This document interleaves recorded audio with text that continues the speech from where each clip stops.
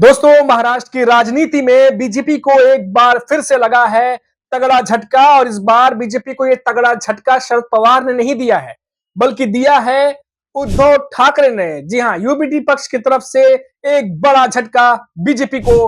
महाराष्ट्र में एक बड़े नेता जो कि बीजेपी के लिए काफी कुछ कर सकते थे, उन्होंने बीजेपी का साथ छोड़कर यूबीटी पक्ष की तरफ उन्होंने रुख कर लिया है और उद्धव ठाकरे की पार्टी यूबीटी ज्वाइन कर ली है।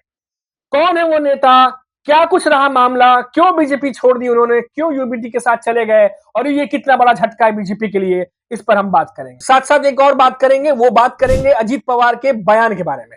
एक नया बयान अजीत पवार का आया है और उन्होंने कहा है कि मेरी बात हमेशा डिप्टी सीएम तक आके रुक जाती है और मुझे भी सीएम बनना है। ऐसे समय पर उन्होंने ये बयान दिया है कि इससे कई सारे मायने निकाले जा रहे हैं, उस पर भी चर्चा करेंगे दोस्तों। तो बने रहिए हमारे वीडियो के साथ। चलिए शुरुआत करते हैं। नमस्कार दोस्तों, मेरा नाम है मनीष कुमार सिंह और आप देख रहे हैं 4 PM महाराष्ट्र। दोस्तों, बीजेपी को महाराष्ट्र में वैसे तो आए दिन झटके लग रहे हैं, लेकिन आज जो ताजा झटका लगा है मैं उसके बारे में आपको बताने जा रहा हूं। बीजेपी के नेता दिनेश परदेसी जो हैं, उन्होंने बीजेपी का साथ छोड़कर यूबीटी पक्ष ज्वाइन कर लिया है। और आपको बता दें कि मुंबई में मातोश्री पहुंचे दिनेश परदेसी और उन्होंने यूबीटी पक्ष ज्वाइन किया, उद्धव ठाकरे से मुलाकात की। ये जो नेता हैं दिनेश परदेसी, ये बहुत ही ज्यादा अहम है बीजेपी के लिए, या कहिए अब थे, क्योंकि अब ये यूबीटी पक्ष में है। और विधानसभा में कई ऐसी सीटें थी जहां से दिनेश परदेसी जो है वो अहम भूमिका निभा सकते थे, और जिनमें से एक है वैजापुर। वैजापुर जो रीजन है वो बहुत ही ज्यादा इंपॉर्टेंट माना जा रहा है और वहां से जो दिनेश परदेसी हैं उनका काफी मजबूत होल्ड है और बीजेपी के लिए इलेक्शन में इस बार काफी कुछ चीजें वो वहां से करने वाले थे। लेकिन अचानक क्या हुआ, क्यों उन्होंने बीजेपी छोड़कर यूबीटी पक्ष यानी उद्धव ठाकरे का साथ थामा? आपको बता दें कि महाराष्ट्र की राजनीति में इन दिनों लगातार ये खबरें आ रही हैं कि जो कार्यकर्ता हैं बीजेपी के साथ जुड़े हुए, जो नेता है जुड़े हुए, उनमें नाराजगी है। ये नाराजगी आज से नहीं है, बल्कि लोकसभा चुनाव के बाद से ही देखी गई। और कई सारे ऐसे नेता हैं जो बीजेपी के नहीं थे, 2022 में वो बीजेपी में शामिल हुए। और खींचतान जो सीटों को लेकर के चल रही है, उसको लेकर के साथ ही साथ कई और ऐसे मुद्दे हैं जिसमें कहा जाता है कि जो पार्टी के प्रमुख नेता हैं ऊपर के, वो नीचे के नेताओं की सुनते नहीं है।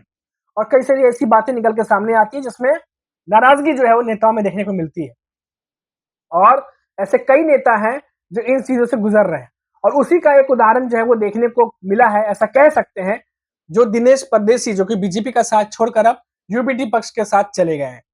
और जो वैजापुर रीजन है वहां से उनका काफी होल्ड है और उनके बीजेपी छोड़ करके यूबीटी पक्ष के साथ जाने में जो फायदा है वो मोटे मोटे सीधे सीधे तौर पर यूबीटी पक्ष को अब मिलेगा। देखिए, दिनेश परदेसी को कि देखिए, जो बड़े नेता हैं, जो बीजेपी के हो या किसी भी दल के जो बड़े नेता हो, वो महाराष्ट्र के हर एक रीजन में अपना प्रभाव नहीं रखते हैं। अगर आप विधानसभा पूरे महाराष्ट्र की बात करिए तो विधानसभा की कई ऐसी सीटें हैं जहां पर जो लोकल लेवल के जो नेता हैं, जो विधायक हैं या जो विधायक रह चुके हैं, जो या तो वहां के कोई बड़े नगर सेवक हैं, कॉर्पोरेटर हैं, या कुछ रह चुके हैं, ऐसे नेताओं का प्रभाव वहां ज्यादा दिखता है, न कि बड़े नेताओं का। और उनमें से ही कई सारे ऐसे महाराष्ट्र के नेता हैं और उन्हीं में से ही एक है दिनेश परदेसी, जो कि वैजापुर से काफी कुछ करने वाले थे, ऐसी खबरें हैं, और बीजेपी के एक पॉलिटिकल कैंपेन को लेकर साथ में चलने वाले थे। लेकिन अब वो सब कुछ जो है धरा का धरा रह गया और इससे बड़ा झटका माना जा रहा है। आपको बता दें कि इससे पहले भी बहुत सारे जो नेता थे, आपने देखा होगा कि आए दिन बीजेपी के भी कुछ बड़े नेता थे जिन्होंने शरद पवार की पार्टी जो है एनसीपी ज्वाइन की। वहीं अजीत पवार की एनसीपी से हर 10-15 दिन पे कोई ना कोई नेता जो है वो टूट कर शरद पवार की पार्टी में शामिल होता है। उसकी लंबी फहरिस्त बन चुकी है। तो ये जो लोकसभा चुनाव हुए उसके बाद से जो ये घूमा है पूरा सर्कल, एक तरीके से महायुति की तरफ से वो जो कांटा है सुई का, वो घूम के एमबीए की तरफ चला गया है। और इसीलिए महायुति में शामिल हुए पिछले 4-5 सालों में जितने भी नेता हैं, उन्हें ये लग रहा है कि आने वाले विधानसभा चुनाव में अगर हम महायुति के साथ खड़े होते हैं तो उन्हें टिकट तो मिलेगा ही, साथ जीतने की संभावना भी ज्यादा है। जो कि महाराष्ट्र की राजनीति में करंट जो अभी सिचुएशन है उसकी राजनीति में अगर देखें तो ऐसा ही कुछ होता दिखाई दे रहा है। और कहीं ना कहीं महायुति के जो कई नेता उनके अंदर नाराजगी भी है। देखिए, तो ये एक बड़ी घटना जो घटी है वो मैंने आपको बताई। बीजेपी के नेता यूबीटी पक्ष में उद्धव ठाकरे के साथ आज ज्वाइन हो गए। मातोश्री पे खबर है कि उन्होंने वहां पर जाके मुलाकात की और ज्वाइन हो गए। अब ये जो पूरा समीकरण है वो बदलेगा। अब देखिए यहाँ पर एक बात ध्यान देने वाली ये भी है कि एक तरफ तो जो नेता नाराज है वो पार्टी छोड़ रहे हैं, वहीं जो बड़े नेता हैं जो गठबंधन में हैं उनकी इच्छाएं जो हैं वो रह करके बाहर आती रहती हैं। उनमें से एक नेता है अजीत पवार। अजीत पवार ने फिर से ये बयान दिया है, ये रिपोर्ट्स आई हैं जो मैं बताने जा रहा हूं आपको, कि फिर से उन्होंने कहा है कि मेरा काम है, जो मेरा पोस्ट है वो डेप्यूटी सीएम तक आके रुक जाता है, लेकिन मुझे भी सीएम बनना है। ये मुझे भी सीएम बनना है, ये पहली बार अजीत पवार ने नहीं कहा। इससे पहले भी उन्होंने मीडिया से बातचीत करते हुए कहा था कि कौन सीएम नहीं बनना चाहता, मैं भी सीएम बनना चाहता हूं। उससे पहले 1-1.5 महीने पहले जब तीनों प्रमुख नेता एक मंच पर थे, संबोधन चल रहा था जनता के बीच में, वहां पर देवेंद्र फडणवीस, एकनाथ शिंदे जो सीएम है, उनके सामने अजीत पवार ने कहा था कि मुझे सीएम बनने का मौका नहीं मिला, मेरे बाद बहुत सारे नेता आए, मुझसे आगे निकल गए, पर मैं अभी तक सीएम नहीं बना। तो ये लगभग थोड़े गैप पे, अंतराल पे अजीत पवार हमेशा सीएम बनने की बात निकालते रहते हैं। अब देखिए, सीट शेयरिंग की बात चल रही है महाराष्ट्र में। खासतौर से अगर मैं महायुति की बात करूं तो खींचतान सीट शेयरिंग को लेकर जबरदस्त तरीके से है। कुछ दिनों पहले प्रधानमंत्री नरेंद्र मोदी आए थे, जिन्होंने जो विदर्भ का एरिया आपने देखा होगा, वहां पर रैली वगैरह की थी। उसके बाद अब अमित शाह आए हैं और माना जा रहा है कि अमित शाह की ये जो दौरा है, इसमें मायावती की सीट शेयरिंग को सुलझाया जाए, सॉल्व किया जाए, ये सबसे बड़ा मोटिव है और इसी को लेकर के मीटिंग चल रही है। अजीत पवार ने इस पर भी बयान दिया है, कहा है कि हम सीट शेयरिंग को लेकर के जब देश के गृह मंत्री अमित शाह जब महाराष्ट्र में हैं तो हमारी लगातार बैठकें चल रही हैं और हम इसको सुलझा लेंगे, हमारी बैठकें चल रही हैं। लेकिन किसको कितनी सीट मिलेगी ये बात अजीत पवार ने नहीं कही।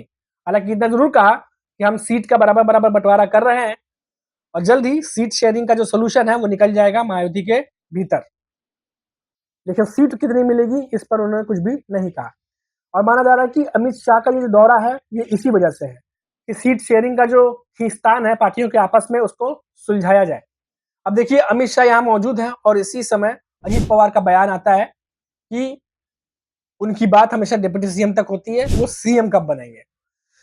तो अपनी अपनी इच्छा जो है डायरेक्टली जाहिर करके सामने वाले पार्टियों के ऊपर दबाव बनाने की कोशिश भी की जा रही है। अब देखिएगा, जैसे एकनाथ शिंदे हैं, महाराष्ट्र के सीएम हैं, अब वो खुद पब्लिकली कई बार नहीं कह सकते कि उन्हें कितनी सीटें चाहिए। तो ऐसे में जो नेता हैं, कई बार उनके जो सीनियर नेता हैं, दूसरे सीनियर नेता हैं, वो पब्लिकली बयान देते हैं कि उन्हें 100 सीटें चाहिए, 107 सीटें चाहिए। ये भी एक स्ट्रेटेजी का हिस्सा होता है कि प्रमुख नेता भले कुछ ना कहे, लेकिन सीनियर नेताओं के द्वारा ये कहलवा दिया जाए कि वो चाहते क्या है, ताकि सामने वाली पार्टी के पास ये मैसेज जो है वो पहुंच जाए कि पूरी की पूरी पार्टी जो है वो क्या चाह रही है। और एक तरीके से ये दबाव बनाने की राजनीति भी होती है, एक मैसेज भी पहुंचाइए, दबाव भी बनाइए। और यही चीज हमने देखा अजीत पवार की एनसीपी की तरफ से भी हुआ, जहां अजीत पवार खुद कुछ कहते नजर नहीं आए, लेकिन उनके पार्टी के सीनियर नेता जो हैं, चाहे वो छगन भुजबल हो, चाहे वो सुनील तटकरे हो, उनके बयान आप उठाकर देखिए, लगातार वो सीटों पर भी बात करते रहे हैं। और अजीत पवार पर जब निशाना साधा गया तो उन्होंने बीजेपी को आड़े हाथों भी लिया। यानी अजीत पवार ने पब्लिकली कुछ नहीं कहा, ना ही बीजेपी के बारे में, ना ही सीटों के बारे में, लेकिन उन्हीं के पार्टी के सीनियर नेता पब्लिकली सब कुछ कहते हैं। तो ये भी एक तरीके की रणनीति है। और महाराष्ट्र में क्षेत्रीय पार्टियां, मैंने पहले ही कहा था कि क्षेत्रीय पार्टियां इस समय समझौते के मूड में बिल्कुल नहीं है। वो भी ये चाहती है कि उन्हें भी सीटें मिले और वो ज्यादा सीटों पर चुनाव लड़े, क्योंकि चुनाव के बाद भाई कैबिनेट का जो मंत्रिमंडल उसका विस्तार भी तो होना है, उसमें अहम पद भी तो चाहिए। और ऐसे में वही ज्यादा अपना वजन बढ़ा सकता है या अपना वजन डाल सकता है जिसके पास सीटें हों। और कम सीटें जिसे हासिल होंगी उसके बाद आप भी समझ सकते हैं कि फिर उसकी कितनी बात मानी जाएगी, कितनी बात नहीं मानी जाएगी। तो इन तमाम चीजों को देखते हुए जो पार्टियां हैं वो अपनी अपनी, फिर से कहूंगा कि महाराष्ट्र की राजनीति में हैसियत बढ़ाने की राजनीति को लेकर के आगे चल रहे हैं, ताकि जब वो आगे कुछ बोले तो उनकी बातों का वजन हो। फिलहाल अभी के लिए दोस्तों इतना ही, फिर लौटेंगे तो बात करेंगे महाराष्ट्र की किसी बड़ी खबर पर। तब तक के लिए आप देखते रहिए 4 PM महाराष्ट्र और मुझे इजाजत दीजिए। नमस्कार।